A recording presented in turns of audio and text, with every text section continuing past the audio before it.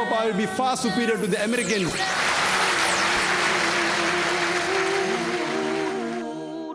Alhamdulillah. Wassalatu wassalamu rasulillah wa ala alihi wa sahbihi ajmain. Amma ba'd. A'udhu billahi minash shaitanir rajim. Bismillahir rahmanir rahim.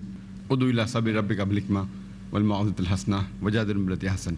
Rabbi shrah li sadri wa yassir li amri wahlul 'uqdatam min lisani yafqahu qawli. I welcome all of you with Islamic greetings. Assalamu alaikum wa rahmatullahi wa barakatuh. May peace, mercy and blessings of Allah subhanahu wa ta'ala be on all of you. You are most welcome to ask any questions on Islam and comparative religion. So if any brothers and sisters have any questions, they're most welcome. अस्सलामु अलैकुम sir, जैसे कुरान में आता है कि नमाज़ पढ़ो, तो अल्लाह के रसूल सल्लल्लाहु अलैहि वसल्लम ने उसका पूरा तरीका बताया कि ऐसे नमाज़ पढ़ो करके। तो इस्लाम में तबलीग करने का कोई ऐसा फ़िक्स तरीका है क्या कुरान में या हदीसों में? ऐसा कोई फ़िक्स तरीका तबलीग करने का दीन की? There is a question that how it's mentioned in the Quran you should offer salah. Similar thing is mentioned in the hadith. Prophet sallallahu alaihi wasallam has showed how to offer salah. So he's asking the question that is there any way which the Prophet has showed about doing tabligh, doing dawah? And if you read the Quran, there are various verses in the Quran which speak about how to do dawah, and there are various hadith. All these are guidelines for us.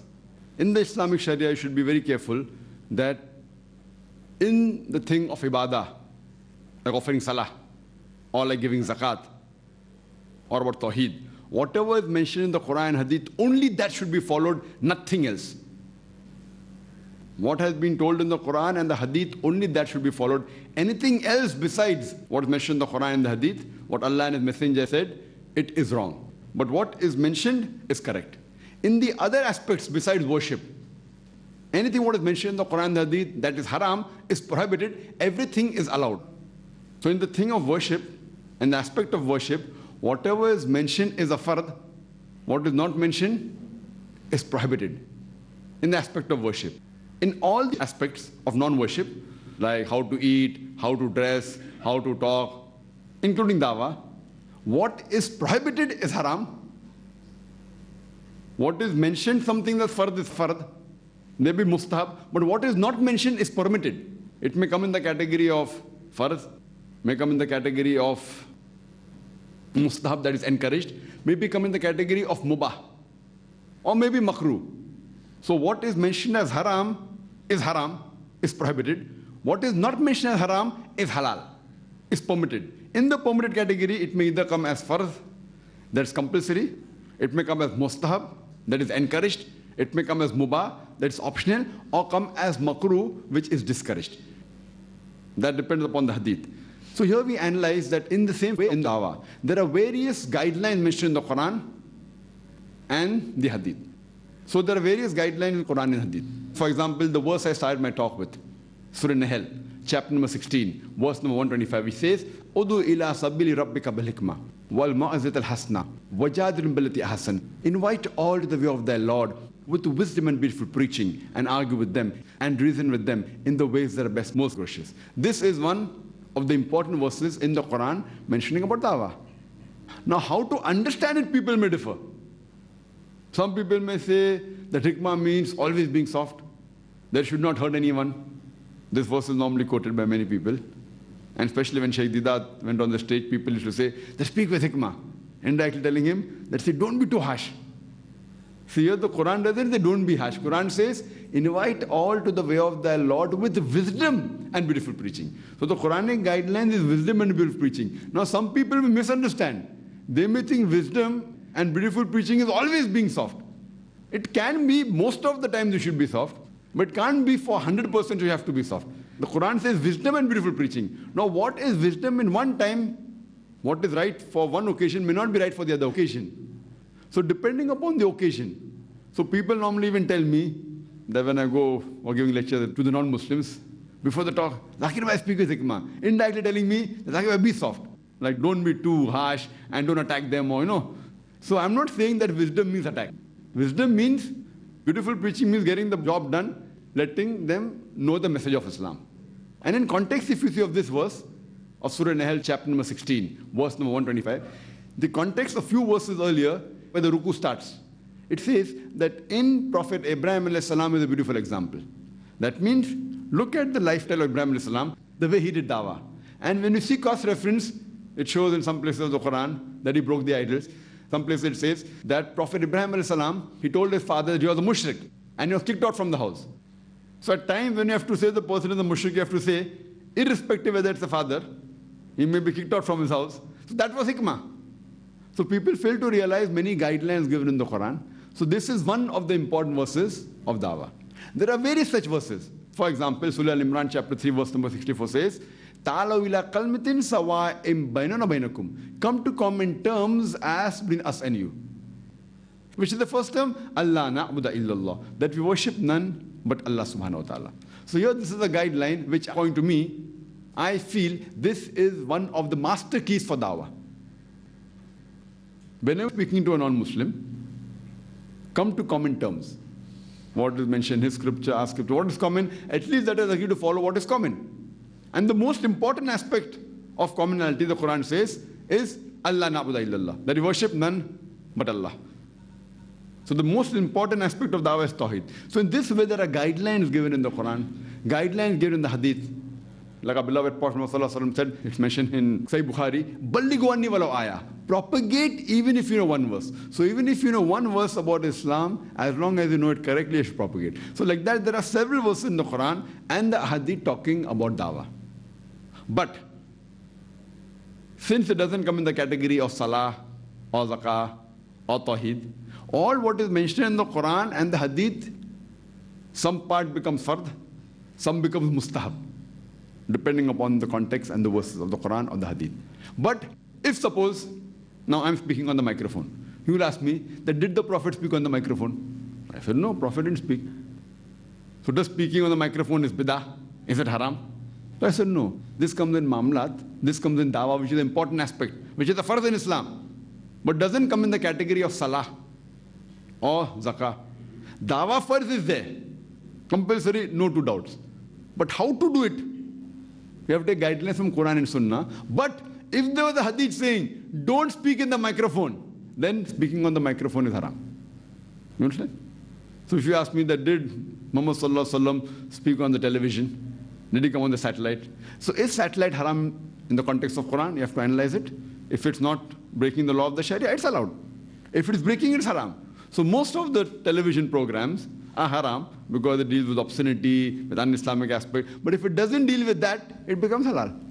So you can use this mode, this media, for propagating Islam, though it is not mentioned in the Quran and Hadith.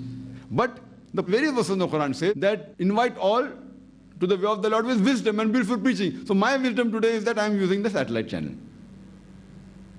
So these guidelines are there, but if I use anything for dawah, which is mentioned as haram in the Quran and the Hadith, then it is wrong. So what you mentioned about salah, brother, salah comes in the category of the 5 pillars, or direct, the immediate part of the ibadah. That is tawheed, salah, zakat, Ramzan, Hajj. So in these aspects, what is mentioned is only what you can do. You cannot deviate. You cannot say that I want to pray with one leg. I want to stand on one leg and pray salah. You said, see, the Prophet didn't say that standing on one leg and praying is haram. So can I pray? No, you cannot pray. Because that comes in the 5 pillars of Islam. But if you are sick and if you have a problem, you can pray while sitting. That's what the Quran says. That's what the Hadith says. So there are guidelines given. What is allowed is permitted. The same in dawah. Also there are guidelines, alhamdulillah. You mentioned the Quran and the Hadith. Follow the guidelines and see to don't break any rule of the Sharia. For that you can give a lecture for full day on that aspect. Hope that answers the question.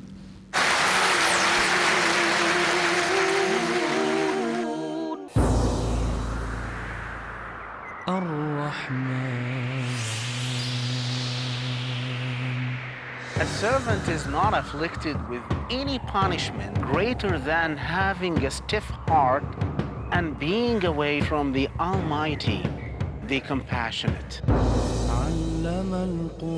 Hearts are God's vessels on the earth. The most beloved ones to Him are the softest and the most purest.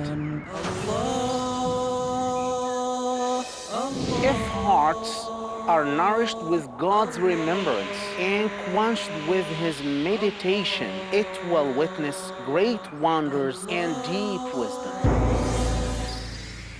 Since our hearts are enlaced with layers of oblivion, we need to cleanse them to stand sound and pure before Allah. To know more, join us on Peace TV's new series on healing hearts, where we can join together the caravan of the sincere servants of Allah. Let's try and purify our hearts from all destructive sins to taste true success in Healing Hearts. Every Thursday at 6 p.m. and repeat telecast at 5:30 a.m. Saudi Arabia on Peace TV.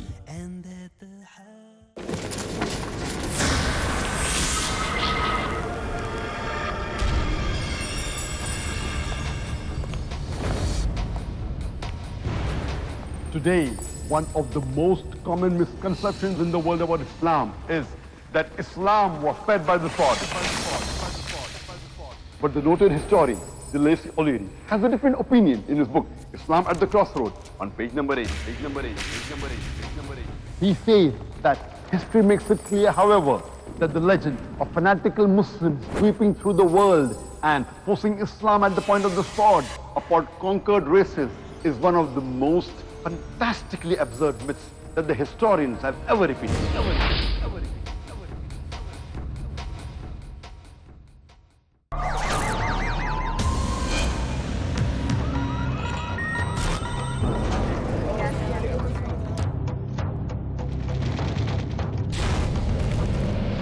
How can humanity construct a just and stable economic system? Can Islamic banking provide answers?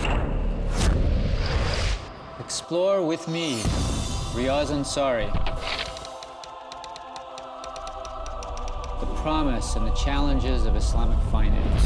Learn the techniques to achieve success in the banking arena under the supervision of Islam in Islamic Finance with Riaz Ansari. Every Saturday at 5:30 p.m. and repeat telecast at 11:30 a.m. Saudi Arabia on Peace TV.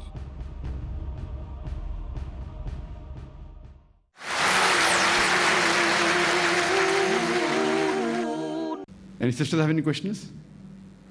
Sir, I wanted to know, like there is so many people following the wrong things, doing idol worship, and the books speak about the Prophet wrongly. I always keep wondering, how come is it that so many people will go to hell? And I mean, nothing is going to get done about it. This is the question that we find in the Quran and various ahadith and the other aspects of the Islamic books, that many people have wronged, they've spoken against the Prophet. So she's wondering, how will so many people go to hell? The thing is that it's a test. For example, if you analyze that in the examination of the lower grade, most of the people pass. But the higher level you go, it becomes difficult to pass. So if you analyze that there are hadith saying, even of Muhammad Sallallahu Alaihi Wasallam, that there will be more women in hell than men. So people ask me, does it mean that women will make more sin? I said, Allahu Alam. But the population of women are more in this world. So logically, population of women in hell also would be more. That's the answer I give. But depending upon the context is very important. The Prophet did say more women will be in hell. Why? So I give a logical reply that more percentage of women is there in the world. So logically, if I agree that equal percentage of men and women will go to hell and heaven, I don't know whether in heaven there will be more women or not. There's no hadith stating that. So that we have to analyze separately. But as far as the question is concerned, sister, that you don't realize or you don't understand that how will so many people go to hell? So that is the reason, sister, that those who have realized that, those are the people who will come to the straight path. And even many people, after realizing that, what they think, that, oh, I at least will go to Jannah. You know, because the other people are so bad, I will surely go to Jannah. So the hadith of Hazrat Umar radiallahu anh, he said that if you know that there is one person going to go to Jannah, pray to Allah subhanahu wa ta'ala that you would be that person who go to Jannah. You can't say, oh, you know, there are other people who are better than me, so where's the question of me entering Jannah? So pray to Allah that you be that person. And if you know that one person is going to go to hell, you pray to Allah subhanahu wa ta'ala that may I not be that person. You cannot say, okay, I am doing such good words, I am offering 5 times salah, I am giving zakat, that person is a robber, that person is doing sin. So if one person is going to go to Jahannam, surely it will not be me. Even if you know that one person is going to go to Jahannam, you should pray to Allah subhanahu wa ta'ala that may that person not be me. So based on this hadith, we realize that we have to strive and follow the guidance of Allah subhanahu wa ta'ala. So here in the Quran, Allah does say that most of the men yet do not know. That means most of the people are not following the message of Allah subhanahu wa ta'ala. So there are guidelines we see around us that most of the people are not following the guidance of Allah subhanahu wa ta'ala. That's the reason we realize that in hell, the chances of more people going to hell is more. Because they're not following the guidelines. That's the reason we should thank Allah subhanahu wa ta'ala. He has given us hidayah. But after He has given us hidayah, it's our duty that we follow His commandments. We know many people who are Muslims, but they aren't following the guidance of Quran and Sunnah. So these people who have realized and read the message of Allah subhanahu wa ta'ala, yet they do not follow. So we should pray to Allah subhanahu wa ta'ala that we should not be one of them. But if most of the people fail the examination, they have to go to hell. For example, if you go for a hand examination like a medical entrance test. So those people who want to go to medical college after passing 12, majority want to go, if we analyze more than 50%, but how many get in? Only a small percentage. I don't know whether it's 5%, 2%, 1%, but it's a very small percentage who actually get admission into medical college. So there you cannot say that I don't understand how will so many people not enter the medical college. So here, because if you have to enter medical college, you have to strive, you have to work hard, and you have to study. Similarly, to enter Jannah, it is not very easy. It may be more difficult than a medical examination. So this is a test for our sister for the hereafter, and those who follow the guidance of Allah subhanahu wa ta'ala, inshallah they'll enter Jannah. Hope that answers the question, sister. Any brother have any question? Yes, brother. Assalamu alaikum. Zakat is to be given to the deserving persons. So far, so good. But there are certain people who say zakat should not be given to Sayyids. What's your comments on that?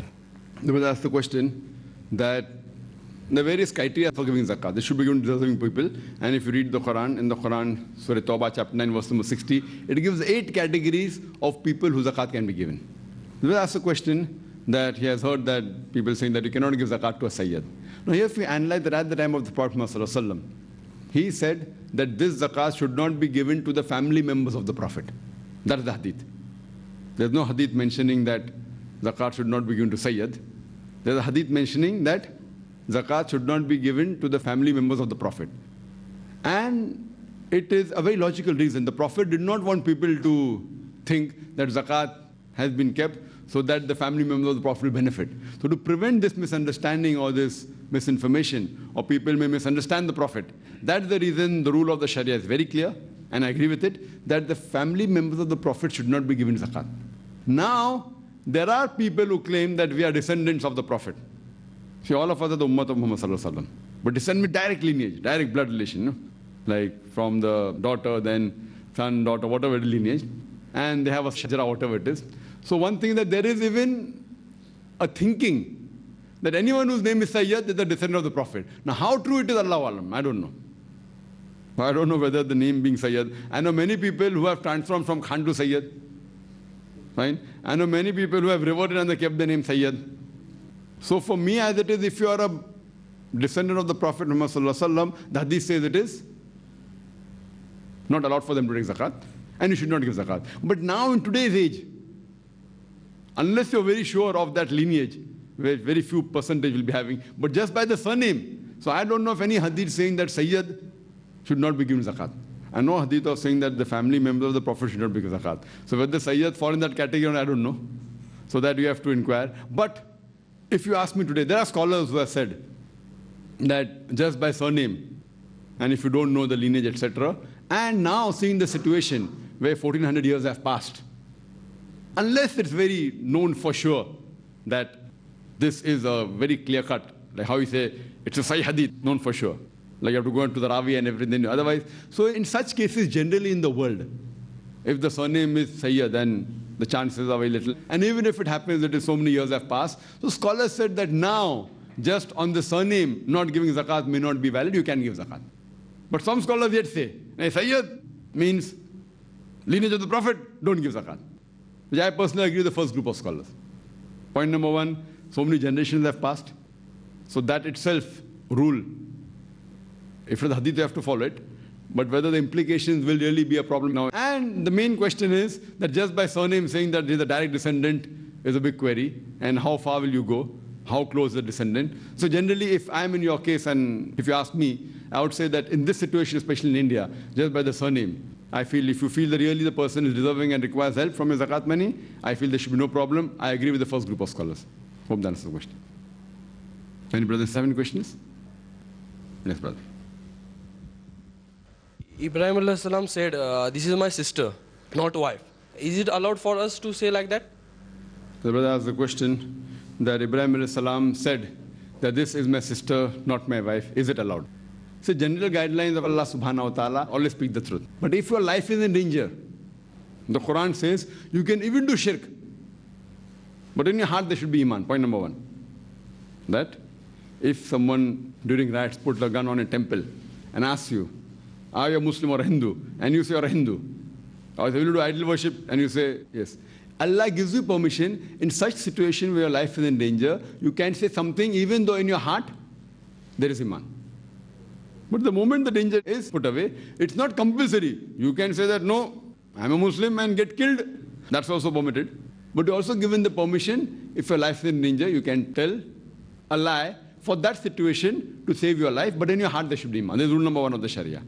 As far as in context of Ibrahim alayhi salam, when you say that this is my sister, there are certain things, if you analyze our hadith, that when some people ask some sahabas, they were mashallah very truthful, they use certain things which the answer was right, but maybe they didn't hit the nail on the head. For example, there was one incident that somebody was searching for a Sahaba, and one of the enemies asked, he did not know how the person looked.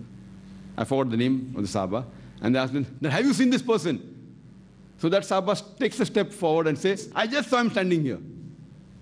That means instead of saying that it is me, he told a truth, he didn't tell a lie. Fine? He could have told a lie if his life was in danger. He could have said that, fine, it's me, and then, or he could have said, I don't know where it is, because his life is in danger. Islam gives permission. So here he said, he was just standing here.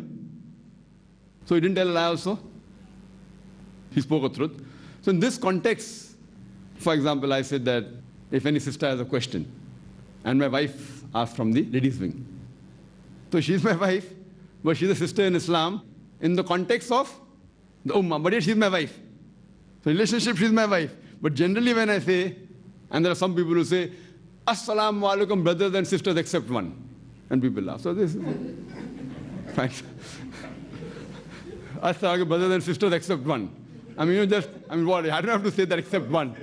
Just because my wife is in the lady sitting there, I don't have to say, okay, except one. It is understood. So when I say that any sister has any question, I'm talking about sister in Islam. It is not sister of blood relation. Right? So same way, I don't know in which context Ibrahim said that if I have to, because it's clearly mentioned in the Quran, that Ibrahim was a truthful prophet. Not that the other prophets were not truthful, but there's an allegation against Ibrahim that he told a lie. So based on this, if I have to give a reply, it meant sister in Islam.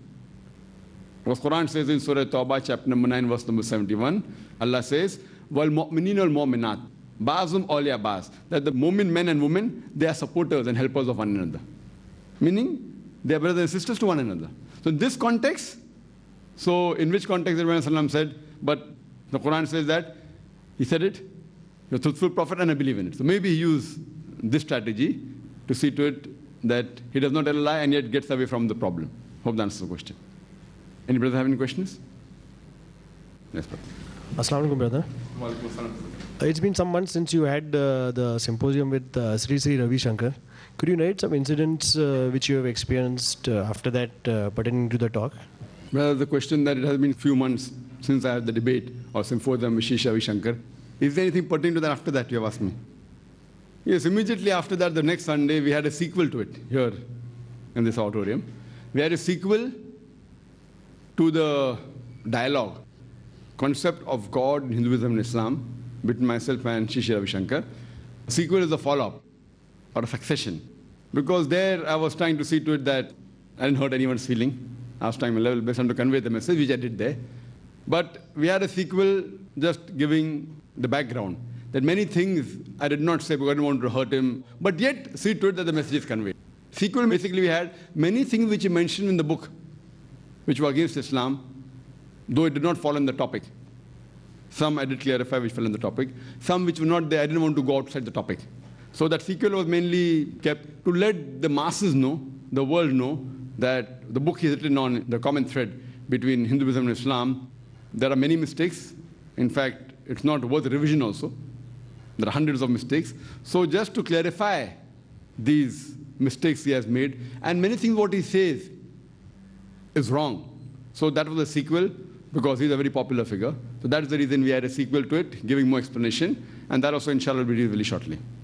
Hope that answers the question. وآخر دعوانا الحمد لله رب العالمين. فيا رب إنك أنت السلام منك السلام إليك السلام فيا رب إنك أنت السلام منك السلام إليك السلام لأمرك يرجع أمر الأنام بين يديك قلوب الأنام لأمرك يرجع أمر الأنام بين يديك قلوب الأنام